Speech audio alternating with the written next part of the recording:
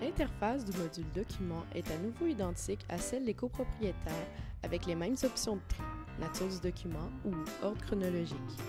Le conseil d'administration et ou le gestionnaire est le seul à pouvoir créer et ajouter un nouveau document individuel ou collectif relatif à la copropriété. Comment créer un nouveau document?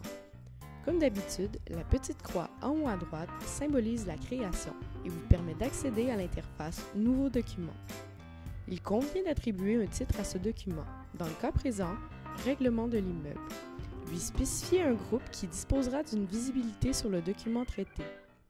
Les choix disponibles sont les suivants. Confidentiel, c'est-à-dire que le conseil d'administration et ou le gestionnaire publie un document pour un tiers spécifique de la copropriété. Un champ nom apparaît d'ailleurs afin que le conseil d'administration ou le gestionnaire puisse nommer les personnes concernées. Autre choix. Le groupe occupant, cela comprend les copropriétaires résidents et les locataires. En choisissant le groupe copropriétaire, il distribue le document concerné à l'ensemble des copropriétaires et ainsi de suite pour les autres groupes renseignés. Il est important de préciser que les groupes sont construits de manière hiérarchique, c'est-à-dire que, mis à part confidentiel, le groupe copropriétaire pourra visualiser les documents adressés aux occupants ou le groupe conseil d'administration pourra visualiser les documents adressés aux copropriétaires. Le conseil d'administration et ou le gestionnaire, s'il y a lieu, devra impérativement choisir un classeur de rangement dans Item Solutions. Par exemple, notre règlement de l'immeuble trouvera sa place dans la vie de la copropriété. Les documents peuvent également être rattachés à un lot ou à un carnet d'entretien. Un champ pouvant recevoir les informations complémentaires est disponible, mais pas obligatoire. Attention! Lors de la création du document, le conseil d'administration ou le gestionnaire sera apte à notifier de deux manières différentes les personnes concernées. Par défaut, la case « Ne pas notifier » est cochée, ce qui signifie que le document sera placé dans le classeur déterminé sans que le groupe de destinataires en soit notifié.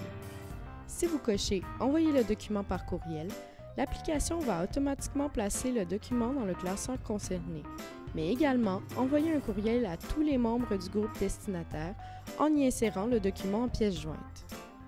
Enfin, l'option « Notifier l'utilisateur par mail avec accusé de réception » aura pour effet immédiat de ranger le document dans Item Solutions et d'envoyer un courriel au groupe de destinataires concernés en leur stipulant qu'un nouveau document est disponible dans Item Solutions. Le conseil d'administration et ou le gestionnaire sera capable avec cette option de connaître quand les destinataires auront consulté ce document, visible dans la rubrique « Documents accusés de réception non lus ». Le conseil d'administration et ou le gestionnaire va ensuite rechercher le document sur son ordinateur, mais attention, seuls quelques formats sont autorisés. Une fois le document choisi, il ne reste plus qu'à cliquer sur « Publier le document ». Le bouton « Transmettre le document au back-office » est disponible uniquement en souscription à l'assistance comptabilité. Par ce moyen, le conseil d'administration pourra transmettre directement des documents comptables aux personnes concernées, par exemple, les factures. Le document publié est consultable ou téléchargeable par le groupe concerné dans le module « Documents » sous le classeur affecté. Le document reste en tout temps éditable. En le sélectionnant, puis en cliquant sur le petit crayon à gauche de la croix de création, qui vous donne accès à la même interface que précédemment, vous permettant de mettre à jour le document ou encore de le supprimer en cliquant sur la petite corbeille. Le suivi des documents vous permettra également de connaître son historique de consultation et, au besoin, vous pourrez l'imprimer.